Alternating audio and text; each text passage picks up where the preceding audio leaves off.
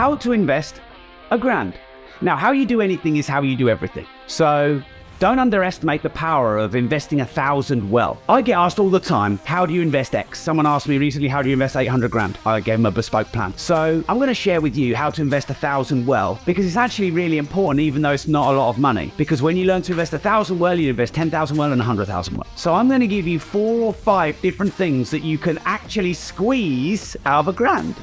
You'd be quite surprised how much you can get out of £1,000, whether it's pounds or dollars, although a pound and a dollar is pretty much the same now anyway. I need to tell you something that's really freaking important. Cash money is not an investment. Cash is a depreciating liability, not an appreciating asset. It's vital that you have minimal amounts in cash, i.e. cash savings. Now, some people are quite surprised by this, but that's because they don't understand interest rates and inflation. High inflation, low interest means your money is going down. High interest, low inflation means your money is going up. But then you add into this mix quantitative easing.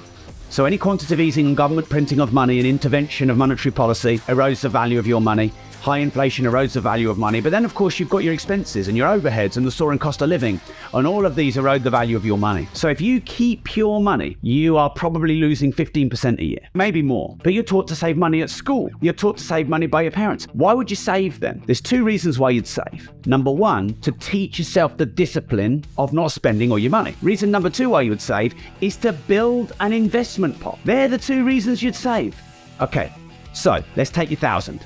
Now, I'm going to give you strategy and then I'm going to give you tactic. So strategy for your 1,000 is you want a mix of physical and intangible. You want a mix of active and passive, and you want a mix of centralized. Well, you have to have centralized, but you want some decentralized. Now, you don't really have enough money to go high risk, medium risk, low risk, and short term, medium term, long term. So we'll keep it simple. Physical, non-physical, active, passive, centralized, decentralized. And then I'll tell you some specifics to get you started. And by the way, this is not financial advice. This is my experience. Always do your own price checking. Always do your own due diligence and research. Government bonds, cash savings, stock market, they're centralized. Someone else, a company, a government entity, some other power has final control of your money. I mean, property ownership is relatively decentralized actually, because if you own the title deeds, you own the property. But if you have a mortgage, you don't own that property. So I'm going to argue actually the property is centralized, even though I have a lot of property and I love property.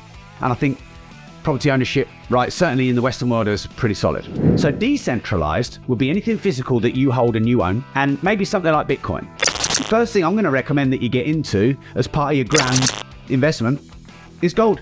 Get yourself a half sovereign, get yourself a sovereign. You can get them from the Royal Mint, get them physical, store them, own them, bosh. Now, is that going to make you a millionaire? No.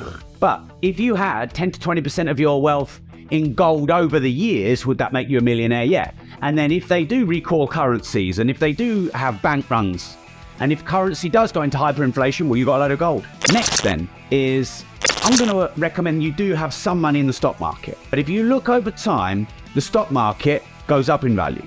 So it doesn't really matter as long as you're thinking long term. If a price has dropped on something, it usually means it's a good price to get in on. So I'm talking to you here about stuff that's nothing to do with short-term trading. Get short-term trading out of your mind. Buy, hold, die. So the price today doesn't really matter. It does if you want to sell it in a week, but that's called trading, which is actually called gambling for 99.99% of people. So exactly, the best way to buy a stock is to buy a fundamentally good stock and hold it forever. If you put 200 of your grand into S&P 500 or FTSE 100 via Hargreaves Lansdown, i.e. you self-invest it, and you put it in your tax-free wrapper, which in England is called the ISA, and then every month or year you increased it to the point where you can max your 25 grand a year, and then your partner's 25 grand a year, and then your kids' 9 grand a year, and you kept doing that. In the end, you could live off the income from the capital you built up in the stock market. But you need compounding on your side, which means you need to invest and keep it there. You might want to go into emerging markets, 100 in emerging markets, 100 into S&P 500 or FTSE 100. Don't put it in an individual stock. It turns into a risky. I would set up an account on essentially a self-investing platform where you can invest in stocks and shares in your ISA, and you can do this yourself without a broker, without an IFA, and the fees are the minimal. I've had Hargreaves Lansdown account for 16 years. Okay, so with the rest, there's two more things I reckon you could do. I think you could start looking at Amiga Moonswatch. The moon, the sun, and all the planets. So there's, however, that makes 9 or 10 different editions, and they're £207 new, which is high for a Swatch, but it's virtually nothing for an Amiga. You can't get one in Amiga. So if you can get one new from a Swatch main dealer, 207 quid, they're already 350, 400, 500. But the reason why I think they'll be solid is, one, Swatch are leveraging up on Amiga's brand. Two, I don't think Amiga will do it forever because I think in the end it will damage their brand. And three, they're already going over premium. But they're actually pretty good. And like, there's no guarantee, but pretty much every watch I've ever bought I've made on, even the bad purchases. I've bought a lot of watches over 16 years, is a big passion of mine. So for that kind of money, you can't get much better. And it's physical. So you've got some physical gold, physical watch. Then you've got the centralized and intangible of the stock market. Now, you don't have enough money for real estate yet. You don't have enough money for many other classes. You could put 100 into Bitcoin, which is 10%. And I would see that as a reasonably wise move, because at least you're in some crypto, because you might think crypto's the future. But the problem is all the others are too risky. They're not decentralized, and people think they are, but they're not. Ethereum, some billionaire owns that. It's not decentralized, but Bitcoin is. So maybe you want 10%, 100 in Bitcoin. And if you've never invested in Bitcoin, it's good to learn how to invest in it, get your wallet set up, and get your security done very well. I want to stress this decentralization because people think they know what it is and it isn't. If a billionaire owns a crypto platform, that is not decentralized. Let me just make that really freaking clear. Because they own it, they can manipulate it, they can create more of it, they can go bust. Bitcoin is, because no one owns it. And some people say, oh yeah, but the blockchain is decentralized. No, it's not. The blockchain isn't decentralized. Bitcoin is. Imagine if the government set up their own blockchain. Do you think that's decentralized? No, the government own it. Do your own research on that. Okay, so you've got a couple of hundred left, I reckon. Two more things I recommend you do. When you've got a little amount of money to invest, what you need to do is leverage knowledge. Because the more you learn, the more you earn. How you do anything is how you do everything. But you remember earlier I said active versus passive. Well, with £1,000, you're not going to make much passive. It's going to take decades of compounding to get anything decent. So you need to leverage a bit of sweat equity, a bit of active. And that would be starting a business. Now, with a couple of hundred, what business can you start? You can't buy much stock, you haven't got overhead, premises, staff, you can't do any of that.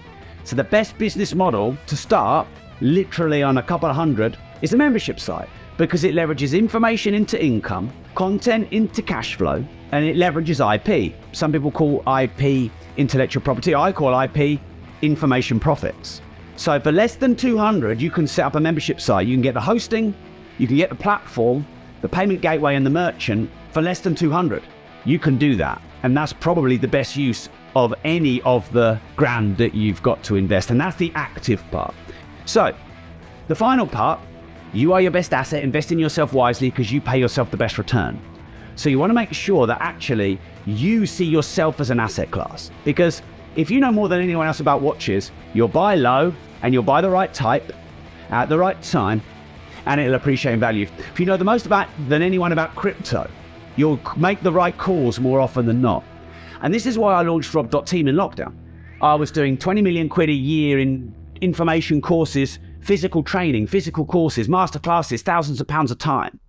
But when lockdown happened, I realized, well, one, I can't do a physical course anymore. That's shut down by the government. But two, people are going to need help online and probably at a lower cost. And since then, I've grown to nearly 10,000 members. So I invite you to be one of them. I hope you found this session interesting and useful and practical on how to invest £1,000. So I'll see you there. Thanks for tuning in. And remember, if you don't risk anything, you risk everything.